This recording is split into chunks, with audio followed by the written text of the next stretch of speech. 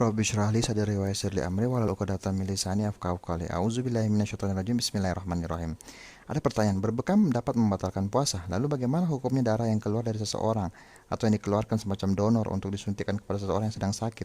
Apakah dengan keluarnya darah itu puasanya batal? Jawaban, berbekam sebagaimana disebut oleh penanya dapat membatalkan puasa. Hal ini berdasarkan sabda Nabi.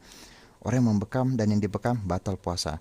Batalnya puasa karena berbekam mengandung hikmah syariat, karena orang yang dibekam mengeluarkan banyak darah sehingga bisa berpengaruh terhadap tubuhnya. Hal ini dapat menimbulkan kelemahan fisik dan penurunan daya tahan, tidak kuat berpuasa hingga terbenam matahari. Maka termasuk hikmah bahwa berbekam dapat membatalkan puasa. Maka berbekam diharamkan bagi yang sedang menjalankan puasa bila puasanya itu puasa wajib.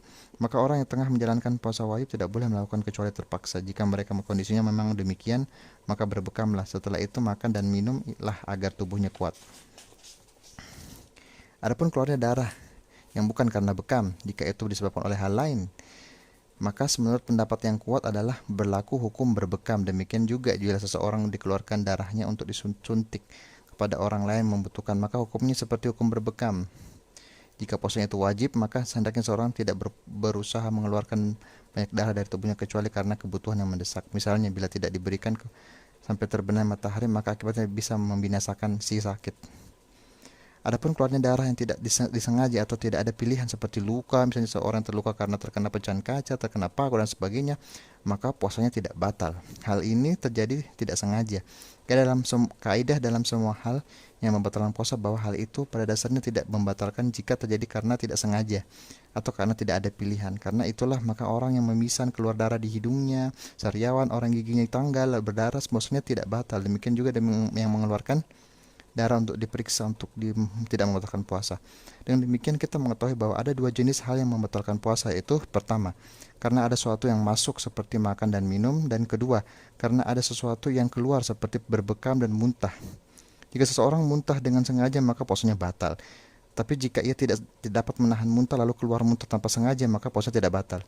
Pertanyaan selanjutnya, ada seseorang yang sedang makan dan minum sahur, sementara ia tidak tahu bahwa saat itu telah terbit fajar. Setelah ia baru tahu bahwa ketika makan dan minum itu sebenarnya sudah terbit fajar, apakah orang itu harus mengqada? Jawaban, makan dan minum termasuk hal yang membatalkan puasa berdasarkan ketentuan Allah. Dan makan minumlah hingga terang bagimu benang putih dari benang hitam, yaitu fajar. Kemudian sempurnakanlah puasa sampai malam. Al-Baqarah ayat 187. Akan tetapi orang yang makan dan minum sementara dugaannya bahwa waktu itu masih malam atau bahwa fajar belum terbit, yang mana ia juga sebenarnya berhati-hati, maka hal itu tidak mengapa. Hal ini berdasarkan firman Allah, ya Rabb, janganlah engkau hukum kami jika kami lupa atau kami bersalah. Al-Baqarah ayat 286. Juga firman Allah, dan tidak ada dosa atas terhadap apa yang kamu khilaf padanya, tetapi yang ada dosanya apa yang disengaja oleh hatimu. Quran surat Al-Ahzab ayat 5. Dan juga bahwa Adi bin Hatim radhiyallahu an pernah makan dan minum pada saat itu telah menyiapkan tali hitam dan tali putih. Saat itu ia masih tetap makan dan minum sambil memandangi kedua tali itu.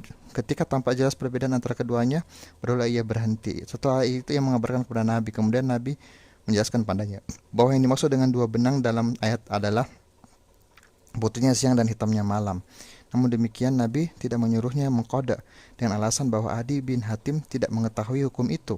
Disebutkan dalam Sahih Al-Bukhari dari Asma radhiyallahu anha dan ayahnya bahwa pernah di zaman Nabi para sahabat berbuka pada suatu hari yang mendung, kemudian muncullah matahari. Namun demikian Nabi tidak menyuruh mereka tidak untuk mengqada. Ini menunjukkan bahwa barang siapa yang makan pada suatu waktu yang mana ia mengira bahwa waktu tersebut termasuk waktu yang dibolehkan makan, maka tidak berdosa. Kendati pun ternyata setelah itu ia tahu bahwa hari sudah siang, baik itu terjadi pada awal hari maupun penghujung hari, karena alasannya sama, hanya saja perbedaan antara awal dan dengan penghujung hari bahwa pada awal hari dibolehkannya baginya untuk makan, dan kendati pun disertai dengan keraguan yang akan telah diterbitnya fajar, karena hukum asal yang berlaku adalah masih dalam malam, fajar belum terbit. Adapun yang ada di penghujung hari maka tidak boleh makan berbuka jika masih ragu tentang terbenam matahari, karena hukum asal berlaku adalah masih siang, matahari belum terbenam. Demikian juga orang yang makan atau minum karena lupa, puasanya tidak batal. Jika ia makan atau minum karena lupa, maka tidak ada qada untuk hari itu berdasarkan dalil. Barang siapa yang lupa bahwa ia sedang berpuasa lalu ia makan atau minum, maka hendaklah ia menyempurnakan melanjutkan puasanya, karena yang demikian itu berarti Allah telah memberinya makan dan minum. Wallahu a'lam muwafiq. Subhanakallahumma wa bihamdik, astaghfiruka wa atubu ilaik. Wassalamualaikum warahmatullahi wabarakatuh.